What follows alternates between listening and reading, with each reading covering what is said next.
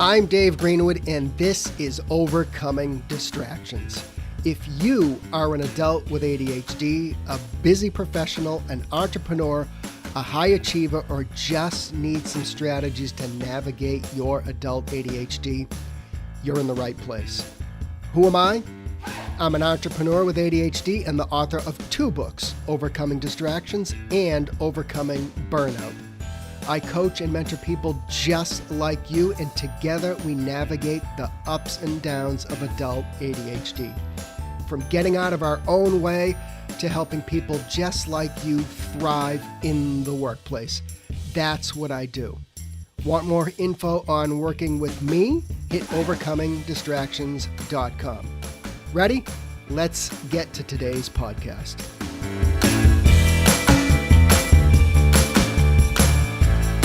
All right, gang, what's going on? It's Dave. You are back on Overcoming Distractions. You are in the right place if you are that busy adult with ADHD, if you're the CEO, the CFO, the entrepreneur, the solopreneur. You got kids, you got all kinds of things going on. Maybe you're taking care of an aging parent and just life is just crazy and you have that busy brain. You are in the right place. So there are a number of ways that I think you know that you can get the support you need as an adult with ADHD. And if you fall into that kind of classification that I just described, there's coaching, mentorships. We just did a few episodes back on neurofeedback. So I encourage you to go back and check that out. There's different types of therapy, cognitive behavioral therapy, other types of methods that many professionals employ. But I also feel, and many people feel, and our expert in just a moment, I think, is going to agree, is that I think there is a lot of weight that we should put behind a more holistic approach to managing and thriving with ADHD. And that's the types of strategies, the tactics, the support systems you put in place. So today we're kind of talking about Beyond ADHD coaching and that kind of more holistic approach of what do I need in my life to be able to thrive as an adult with ADHD. So we have Dr. Jessica McCarthy. She's the founder, clinical director of Elements Psychological Services. They offer a wide range of these support systems that I think we're going to talk about. And she's a big advocate of fitness. Am I correct on all that? You are, David. Thank you so much for having me. And yeah, fitness is huge in my world, ADHD and beyond. I couldn't exist without it. I couldn't do the work that I do without it. It's such a critical piece. Yeah. Well, let's touch on that, but I want to give you a chance to tell people about your practice and some of the methods that you use with clients. Sure. So our practice, we kind of have 2 branches of our practice. So our practice, we're located in northern New Jersey, and we are able to provide in-person and virtual services to about clients in about 40 different states across the country. We do 2 things. We provide assessment, and we also provide psychotherapy. The assessment piece, which I will touch on a little bit, can really, really be helpful either to people who are not sure of a diagnosis, or they think they might have a couple of different diagnoses. They need what we call diagnostic clarity. You can go to a psychiatrist and get diagnosed with ADHD pretty quickly. But what that lacks is, well, sometimes it's an incorrect diagnosis because they don't thoroughly do the clinical interview and some of the testing piece to really get an understanding of what the flavor is. You can have a diagnosis of ADHD, and I can give 10 people that diagnosis, and their symptom patterns are going to look different, which means that their treatment plans and what we are recommending to support them looks different. Yeah. So the testing piece is huge because it gives us that understanding of what's going on, if there are any other diagnoses that we need to consider, and the most important piece, like what are the whole body recommendations that we are putting in place. We never ever send out a report that doesn't have behavioral recommendations and lifestyle recommendations in place on top of, what people typically think of with ADHD, which might be some type of executive function skills training and, any medication recommendations. Excuse me. The second piece that we do is the psychotherapy piece. And we work with a wide range of, clients in the adult sphere, ranging from the baby adults, the college and up, to CEOs. I have people that I work with who are professionals in finance, in the entertainment industry, athletes, because there's this question of how do I manage it all, whether or not I have a diagnosis. And if we do have a diagnosis, a lot of times people might have just gotten by either on their own intellect, whatever coping Yeah. strategies they were kind of able Right. to throw together, or if they've had the means to hire out supports to put it in place. But then at some point, people either want their own autonomy to be able to manage stuff, or it just gets to the point where they're juggling too many balls, and they need to learn how to navigate things on their own, how to manage their time, how to manage their schedule, how to get, what I say a lot of time to clients, 30, 40, 50,000 feet on it, because especially the hyper focus that comes with ADHD, sometimes it's difficult to see the forest for the trees if we're getting lost in one particular detail. So we do both Right. here. We love it. So what are um and maybe there isn't a clear answer to this, it depends on the individual, but Mhm. what are some of the more productive types of support that you may offer in terms of once you get that diagnosis? Because I know people come to me, a lot of business owners, and because they want me because I've been in the corporate world and I've run a business myself for 20 Mhm. years. They want that perspective. We work on the mechanics. I like to say I'm far from a therapist. I'm just an Mhm. entrepreneur with ADHD, but we work on the mechanics to try and kind of figure out how to. But you offer something a lot more deeper, and I know I've talked to people where they say, I want to go to therapy or get some type of support because I need to understand why I do this thing, and I got to dig a little deeper. So, I wish everyone could see me. I'm like nodding, aggressively nodding back and because forth in my I chair. that's not something I do. I'm like, And I gotta I I say, I work with people and we're like, all right, let's break down your to-do list. Let's see that task. It takes 5 minutes can go here, and that thing that's going to take you 2 days, we have to plan out. Those types of things. I'm I I'm I'm not going to dated, unpack things like you do. let me tell you something. I have to, and actually just, to the podcast world in general, and even in my world with ADHD, we don't like coaches. I'm going to say Hmm. that. But I decided to do yours because I obviously did my homework as one does, and I did my website. I'm like, I think this guy's got it going on. I think the important thing is that people need to stay in their lane. And you just did such a great job of letting people know what you do and what you don't do, Right. and what Yeah. you can offer and what you don't. Um, and so that can kind of segue. So thank you for that, by the way, because our professions, while there is some overlap, they're really more complementary in terms of the services. And I think people get confused with what someone like you may offer and what someone like I may offer. Yeah. Um, so to your point, Les, you work with the mechanics and the structure and logistical of like, I'm a CEO, how do I manage my time? We do that as well, because that's a huge part of it. Yeah. What One of the things that we do that that kind of heightens and emphasizes the emotion regulation piece in terms of our treatment. It's called executive function skills training. So it's a hybrid of the coaching piece, kind of that you're talking about, but we infuse in the psychotherapy piece, which allows, number one, people to get reimbursed for insurance if they have out of network benefits, because if they're coming to us already with a diagnosis, then we can just carry that diagnosis, Yeah. apply a treatment code, and if you have out of network benefits, great, you can actually get reimbursed for your treatment. But it infuses and focuses on, it teaches skills, excuse me, that addresses the anxiety, the depression that can oftentimes come not just with this the emotion regulation that comes not just with this diagnosis, but the the day-to-day struggle of it, the perfectionism, the anxiety that causes, the depression that causes if you miss a deadline, being self-critical, the negative self-focus, the negative self-talk. So we focus a lot on that in conjunction with okay, let's teach you how to manage your time, but let's also take a few steps back in terms of what's going through your head Yeah. when you're getting ready to start a I have ADHD. Task initiation is a huge problem of mine because I will beat myself up.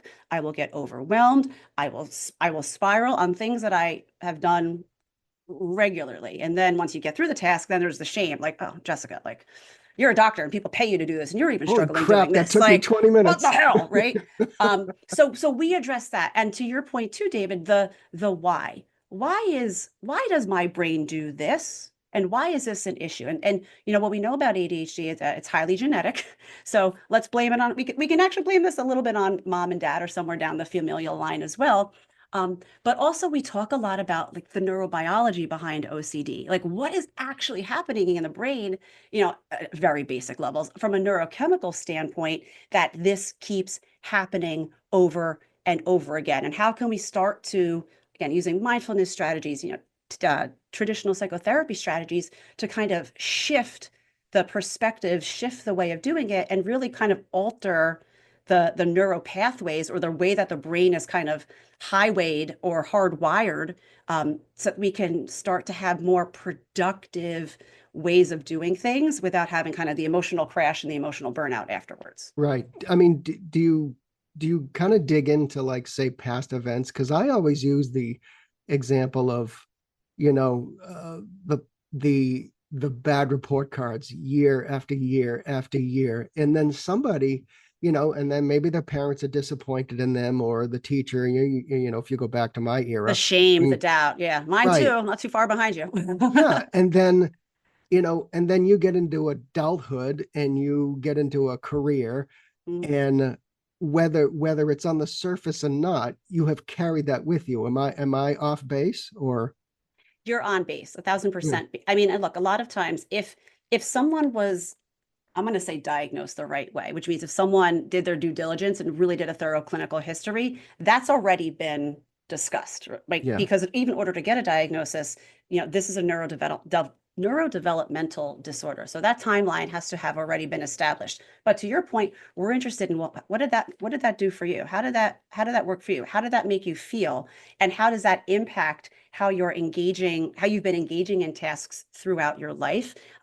And, and even into real time in terms of the emotional patterns and the emotional feedback that you've gotten from your environment that has subsequently kind of reinforced what you do and how you feel about yourself, the shame, the doubt, the guilt, all of that. So yeah, you do have to dig into the past to get to that. But, as a behavioral therapist, we don't spend a ton of time there, but we acknowledge it because the past kind of informs where we are at now. And we want to see what's happened in the past and why, so we can change the patterns. Like, we are our patterns, but if the patterns are maladaptive, if they're not working, we need to understand what's not working and why, so we can be clear about not repeating that same mistake going forward. right. And are there, again, every single human being is different. That goes without Yes, saying, but yes. I just feel like saying it anyways. But are there, I use the example of the report cards, but do you find that there are, when you work with clients, that there are kind of recurring themes that you say, oh yeah, I've seen this a dozen times with people, and this is something that really Yes, does affect adults with ADHD as they yes, as they grow older? What are some yes. of those? And again, I don't want anybody to self-diagnose No, anything, no, but no. Call us for that. You were yeah, saying recurring themes, and again, I'm aggressively like nodding in my chair here. I'll call them recurring themes and defining moments. People typically will come in and be like, "This one moment was impactful," and for a lot of our adult ADHD, high performing, high achieving clients, the typical story goes, "I've known since a child something wasn't right. I waited to the last minute to do things. I didn't turn in assignments. I didn't start assignments because if I couldn't figure out how to start it, and I didn't leave myself enough time, so I just didn't do it.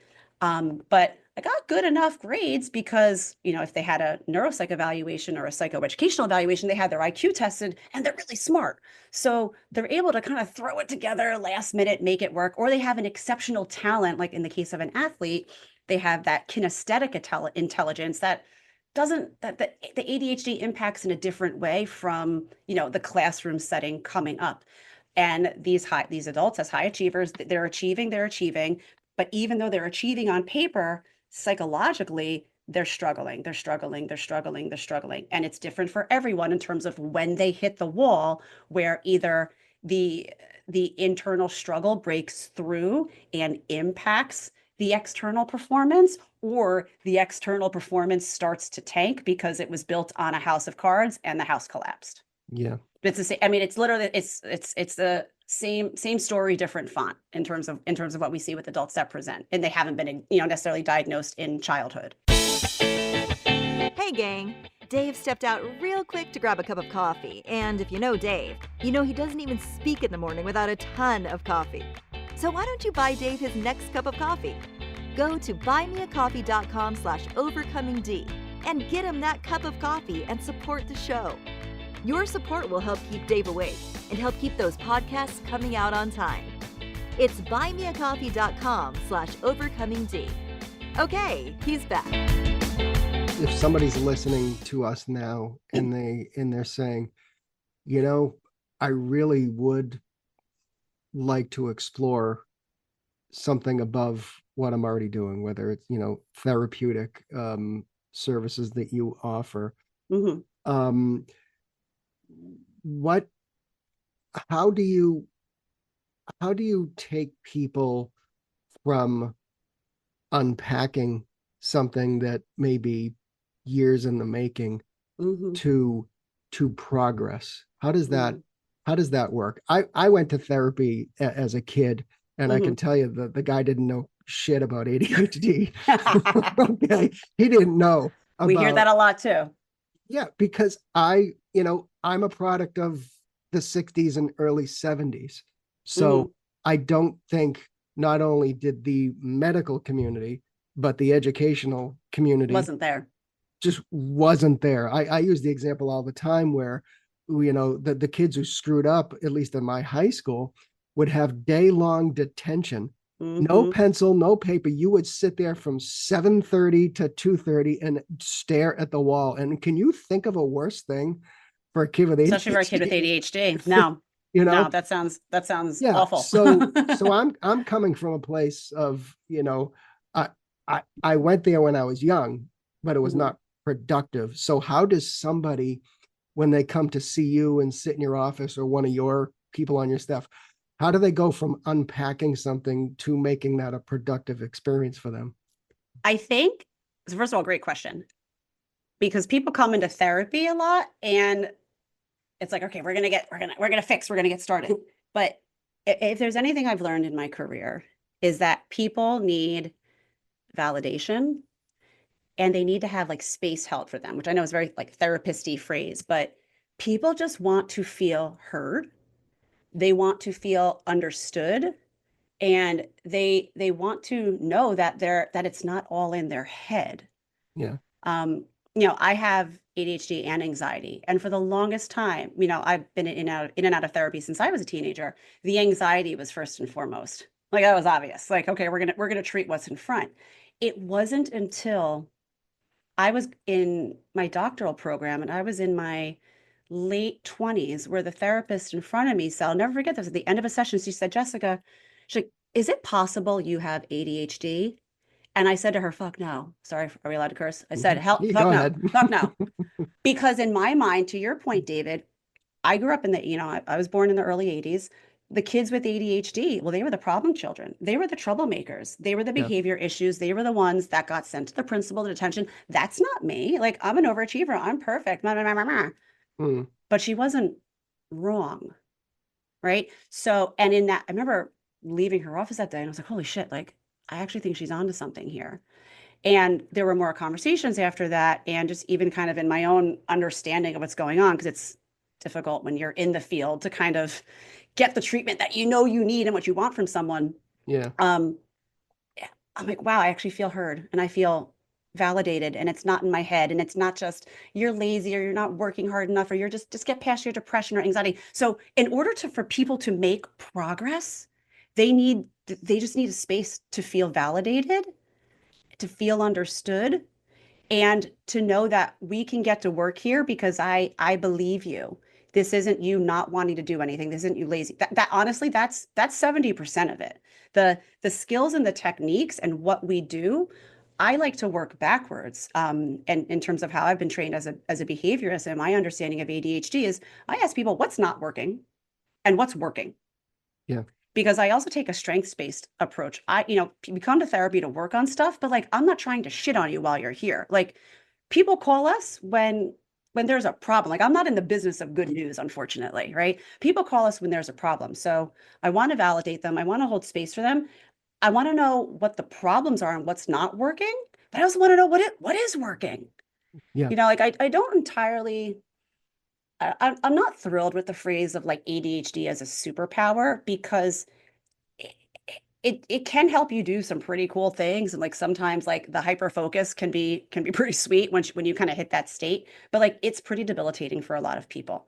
But I want to know about you as a person. I want to know about your interests. I want to know about the things that you like, because again, what we know about ADHD, when you have an interest in something, your performance and your attention in it is better. So when I Yeah. really get to take the time to get to know the person as a whole, there's nothing I can't do with them because they're that much more engaged. There's more buy-in, and they can execute on, the treatment plans and recommendations that we are coming up with together to help them, improve their quality of life and their function. That's the thing. Like I'm not necessarily looking to reduce ADHD symptoms. I'm looking to improve functionality and quality of life. And how I do that differs from each person based on where their problems are in life. So every treatment plan is customized to each patient based on what's working for them, what's not, and what and how they want to improve their life with some input from me, because that's my job, is to also kind of throw some things out there that I may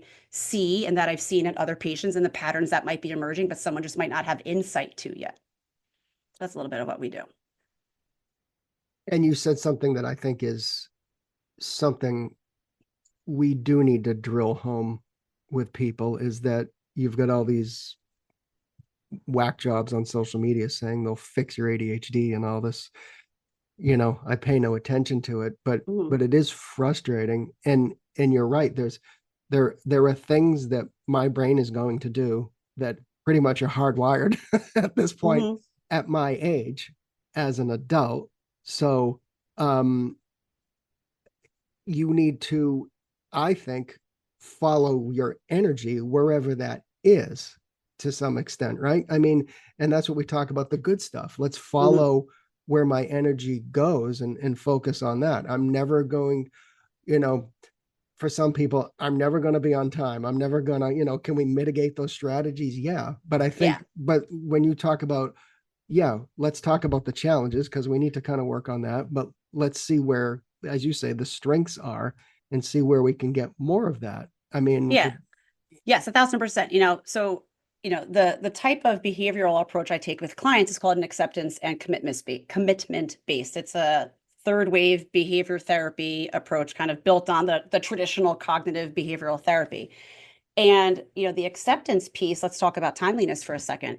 If if someone, let's say, for example, is constantly getting written up or in trouble with time, so then my question is, okay, do we need to, how much movement can we make here? Can we move the dial? Are there things that we can do? Are there strategies that we can put in place to help with that?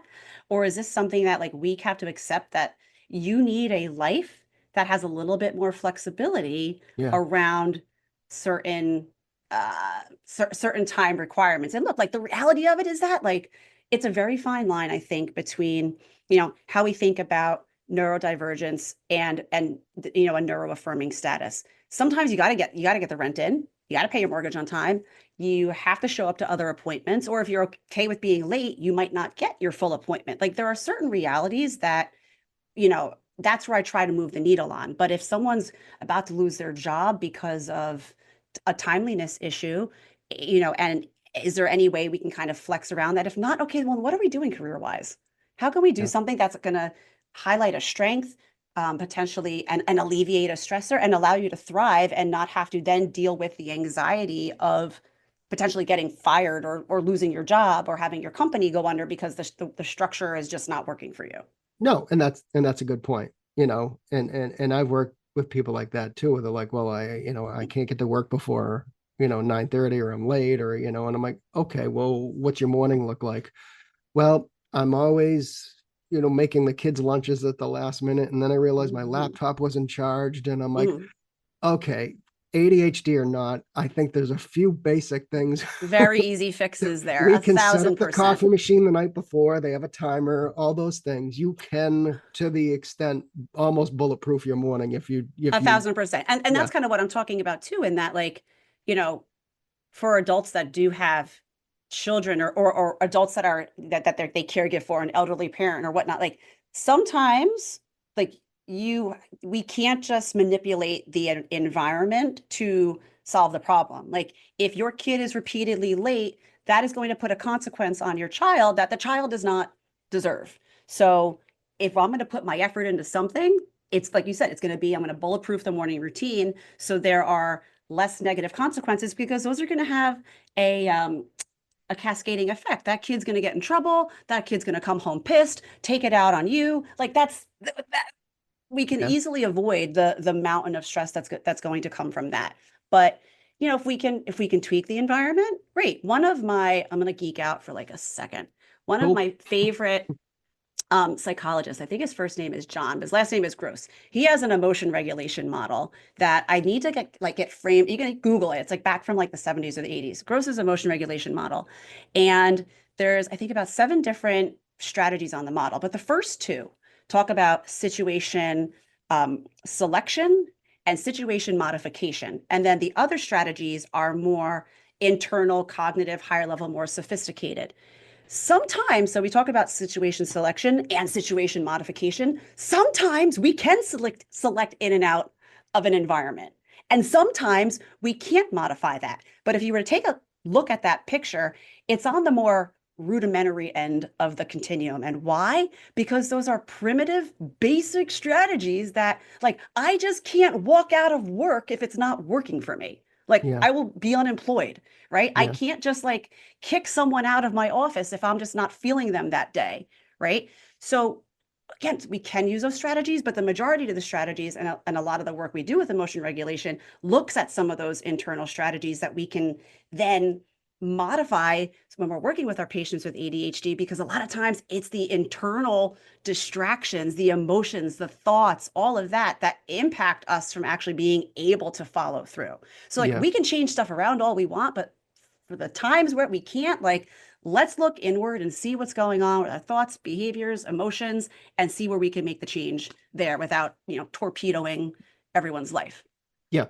No, that's a great point, and I'm actually going to look that up because that sounds fascinating. Oh, it's So in one of my old textbooks. I was just saying to a yeah, colleague last night, I'm like, I need to just get this framed in my office. 'Cause I talk about it so much because I do want to, I want to emphasize that, like, sometimes it is just an easy switch of the environment, or just asking people to be, I know this is a mostly adult podcast, but if an adult who has a child who might have autism, who might have ADHD, and especially with the holidays coming up, they might have different needs around yeah, mealtime. They might need to get up. They might need to move around. They might need to fidget. I don't need to hear Aunt Bertha telling me about what I should or shouldn't do with my child. Sometimes that's an easy situation to modify. Let your kid get up and move around the table a little bit, and let them eat when it makes sense for them, or let them go eat at their kids' table. Like, it doesn't have to be this very rigid approach to things all the time. But for the times that we can't modify, we can focus on more internal things or internal strategies that we can do to change that.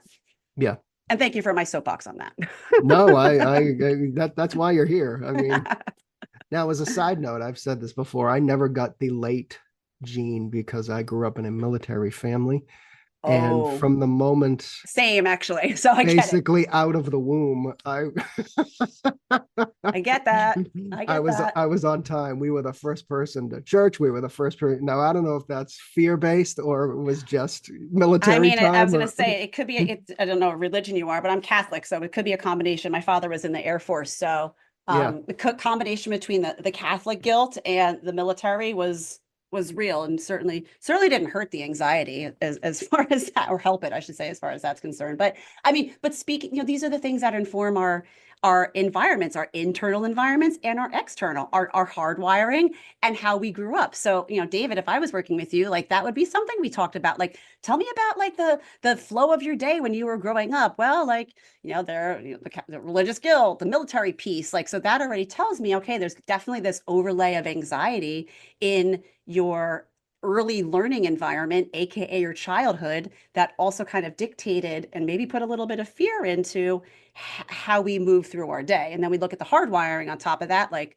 bingo. So that's a great way, like you said, of how do I explore the past? Like casual conversation, I'll just pull out two pieces right there, military and religion. We know that impacts guilt. We know that impacts anxiety. We know that's going to impact functioning. And we should talk about doing another episode, because that actually is somewhat of a fascinating concept, where when you were young, it might not have been anxiety based, but now as an adult, it is, because I've got to get to work on time. I don't know if there's any validity to that, but I don't feel like I had anxiety having to, get my tie on as an 8-year-old and getting in the car. But over the years, it's just like, I got to be on time. I got to be early. I got to, what if there's traffic? What if it snows? What if it, the simple anyway answer to that is that you had an external factor driving the schedule in your parents. Yeah. So that piece might not have been there because you were not in charge of your time and schedule. Right. And now I am. And now you are. And that's Yeah. a departure from how you grew up, in that it was regimented, it was structured, there might have been a touch of rigidity to it. And there were no mistakes because maybe your parents just didn't allow for it. Or if the mistakes, late or whatever were made, maybe it wasn't that bad, but it sounds like maybe something might have been internalized along the way, in terms of your early learning environment of, I have to be on time. I have to be this. And what are the consequences if I'm not at church? Like we went to 5:30 mass on Saturday nights. If we were not sitting down by 5:20, oh, that was a problem. That was a problem. So, like what little things that we don't think about, and like maybe we wouldn't have called anxiety then, but certainly contribute to how we interpret and move through our day-to-day now. If that makes sense. I want to spend the last few minutes on fitness, because I know that is you're a very strong advocate of that when it comes to managing ADHD. I am as well, because I think it is a component that many people, like for example, some people come to meet with me and they say, I'm buried at work. I'm working till 11 at night. I can't get all this done. Blah, blah, blah. I'm like, bullshit. Do anything for yourself. Yeah. Do you take a 20-minute walk at lunch? I don't have time. I'm like, all right, we got a time out here. So for those listening who don't feel they can make that time for themselves, would you just explain how mission critical some type of fitness is to thriving with ADD? It falls into the deal breaker category for me. When I work with my clients, I do what I call a systems check at every session. How are you eating? How are you sleeping? How are you hydrating? How are you kind of talking to yourself? And how are you moving your body?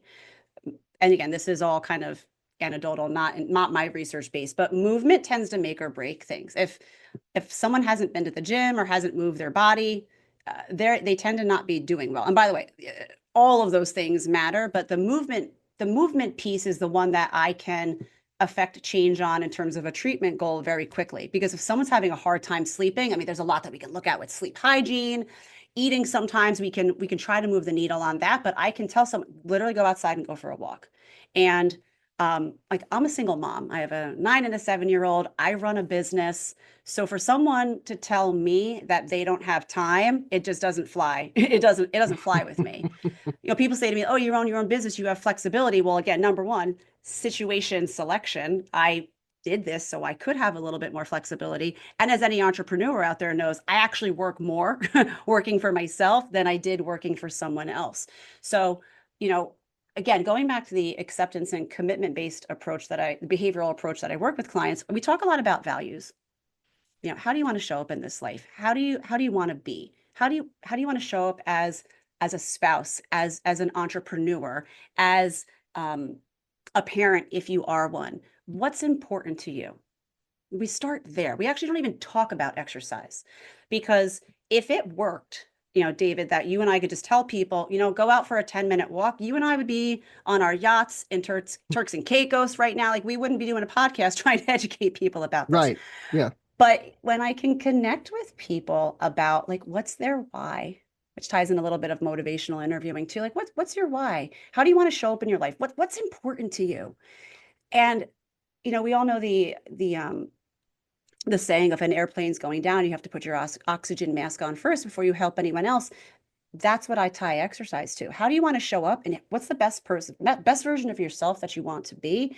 And in order to do that, how are you, literally fueling your body and your mind to do that? And the research is overwhelmingly clear, both for physical health and mental health, that exercise is key. The research around ADHD, I was actually refreshing myself on that in preparation for this.